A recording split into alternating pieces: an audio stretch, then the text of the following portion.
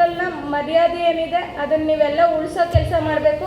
ಮೊದಲಿಗೆ ನಾನು ಹೇಳೋದೇನು ಅಂದರೆ, ಏನು ರೋಗಿಗಳು ಬರ್ತಾರೆ ಅವ್ರನ್ನ ಪ್ರೀತಿಯಿಂದ ನೋಡ್ಕೊಳ್ಳಿ. ಅವರಿಗೆ ಸ್ವಲ್ಪ ಯಾವ ರೀತಿ ಅಂದರೆ, ನಾನು ಯಾವಾಗಲೂ ವಿಸಿಟ್ ಹೋದಾಗ ಹೇಳ್ತಾ ಇರ್ತೀನಿ, ಟ್ರೀಟ್ಮೆಂಟ್ ಎಷ್ಟು ಮುಖ್ಯನೋ ಅಷ್ಟೇ ಒಂದು ಕಾಳಜಿಯಿಂದ ಅವ್ರನ್ನ ಪ್ರೀತಿಯಿಂದ ಮಾತಾಡ್ಸಿದ್ರೆ ನೀವು ನರ್ಸ್ ಆದವರು ಅಲ್ಲೇ ಅರ್ಧ ಕಾಯಿಲೆ ವಾಸ ಆಗಿಬಿಡುತ್ತೆ. ಏನೇ ಹೇಳಬೇಕು ಅಂದ್ರೂ ಸ್ವಲ್ಪ ರೂಢಾಗಿ ಮಾತಾಡ್ತಾನೆ. ಕನ್ವಿನ್ಸ್ ಗೊತ್ತಿರುತ್ತೆ ನಿಮಗೆ, ನಿಮ್ಮ ಒತ್ತಡ ಏನಿದೆ, ಕೆಲಸದ ಒತ್ತಡ ಇರುತ್ತೆ ಅಷ್ಟೇ. ಇಲ್ಲಿ ಜನಗಳು ಸಹ ಅಷ್ಟೇ ಸಂಖ್ಯೆಯಲ್ಲಿ ಟ್ರೀಟ್ಮೆಂಟ್ ತೊಗೊಳಕ್ಕೆ ಬರ್ತಾರೆ.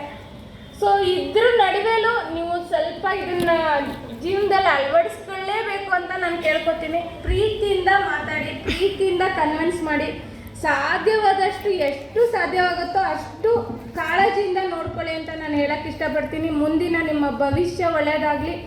ಏನಿದೆ ಮೇಡಮ್ ಹೇಳಿದ್ರು, ಡೀನ್ ಮೇಡಮು, ಈ ಒಂದು ಕಾಲೇಜಿಗೆ, ಮೈಸೂರು ಮೆಡಿಕಲ್ ಕಾಲೇಜಲ್ಲಿ ನೀವು ಸ್ಕೂಲ್ ಆಫ್ ನರ್ಸಿಂಗ್ ಮಾಡ್ತಿದ್ದೀರಾ ಅಂದರೆ ಅದಕ್ಕೆ ನೀವು ಯಾವುದೋ ಜನ್ಮಕ್ಕೆ ಪುಣ್ಯ ಮಾಡಿ ಇಲ್ಲಿಗೆ ಬಂದಿರ್ತೀರ. ಈ ಕಾಲೇಜ್ನ 100 ವರ್ಷದ ಇತಿಹಾಸ ಹೊಂದಿರುವ ಈ ಕಾಲೇಜ್ ಮರ್ಯಾದೆ ಉಳಿಸೋ ನಿಟ್ಟಲ್ಲಿ ತಾವೆಲ್ಲರೂ ಕೆಲಸ ಮಾಡಬೇಕು ಅಂತ ಹೇಳ್ತೀನಿ.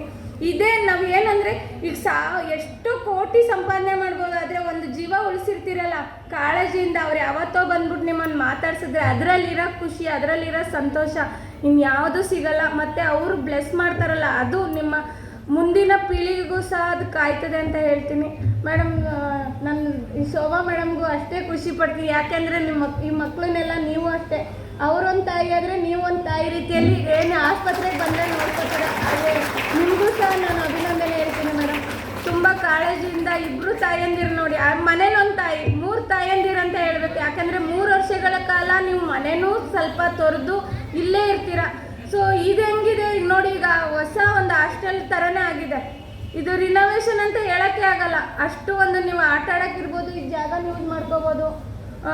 ನನಗೆ ಅಣ್ಣ ಹೇಳ್ತಾಯಿದ್ರು, ಎಷ್ಟು ಒಳ್ಳೆ ಕಾಲೇಜಲ್ಲಿ ನಿಜವಾಗ್ಲೂ ಪ್ರೈವೇಟಲ್ಲೆಲ್ಲ ಸಿಗುತ್ತೆ, ಆದರೆ ನಮ್ಮಂಥ ಒಂದು ಇಲ್ಲಿ ಬರೋರು ಯಾರು ಹೇಳಿ, ಬಡವರೇ ಜಾಸ್ತಿ ಬರ್ತಾರೆ ಪೇಷಂಟ್ಗಳು. ಇಲ್ಲಿ ಕಲ್ತೋಗಿದ್ದು ನೀವು 3 ವರ್ಷ ಕಲ್ತಿದ್ದು ನಿಮ್ಮನ್ನ 100 ವರ್ಷದ ತನಕನೂ ತಲೆ ಕಾಯುತ್ತೆ ಅಂತ ನಾನು ಹೇಳೋಕ್ಕೆ ಇಷ್ಟಪಡ್ತೀನಿ. ಸೊ ಇಲ್ಲಿ ಯಾವ ರೀತಿ ಪೇಷಂಟ್ಗಳು ಬರ್ತಾರೆ ಎಲ್ಲನೂ ನೋಡ್ಬಿಟ್ಟಿರ್ತೀರ. ಕ್ಯಾರ್ ಹಾಸ್ಪಿಟಲ್ ಅಂದರೆ ಇಡೀ ಕರ್ನಾಟಕದಾದ್ಯಂತ ಎಲ್ಲಿ ಗೊತ್ತಿಲ್ಲ ಹೇಳಿ. ಮೈಸೂರು ಪ್ಯಾಲೇಸ್ ಎಷ್ಟು ಒಂದು ಸುಪ್ರಸಿದ್ಧವಾಗಿದ್ದು ಅಷ್ಟೇ ಕ್ಯಾರ್ ಆಸ್ಪತ್ರೆ ಹೆಸರು. ನಾನು ಏನಾದರೂ ಹೇಳಿದ್ರೆ ಗೌರ್ಮೆಂಟ್ ಕೌನ್ಸಿಲ್ ಇನ್ ಮೈಸೂರು ಮೆಡಿಕಲ್ ಕಾಲೇಜ್ ಅಂದರೆ ಯಾರಿಗೂ ಗೊತ್ತಿಲ್ಲ. ಅದೇ ನಾನು ಕ್ಯಾರ್ ಹಾಸ್ಪಿಟ್ಲಿಗೆ ನಾಮಿನಿ ಆಗಿದ್ದೀನಿ ಅಂದರೆ ಓ ಅಂತಾರೆ. ಯಾಕೆಂದರೆ ಅಷ್ಟು ಒಂದು ಇದು ಹೆಸರು ಮಾಡಿದೆ. ಸೊ ಇಂಥ ಒಂದು ಇದು ಆಸ್ಪತ್ರೆಯಲ್ಲಿ ತಾವೆಲ್ಲರೂ ವಿದ್ಯಾಭ್ಯಾಸ ಮಾಡ್ತಿದ್ದೀರಾ. ತಮಗೆಲ್ಲ ಮತ್ತೊಮ್ಮೆ ಒಳ್ಳೆಯದಾಗಲಿ, ತಾಯಿ ಚಾಮುಂಡೇಶ್ವರಿ ಒಳ್ಳೇದು ಮಾಡಲಿ.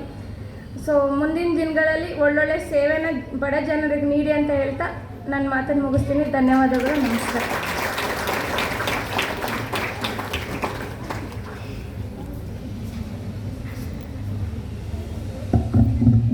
ಮೈಸೂರು ಮೆಡಿಕಲ್ ಕಾಲೇಜಿನಲ್ಲಿ ನರ್ಸಿಂಗ್ ಸೀಟ್ ಪಡೆದಂಥ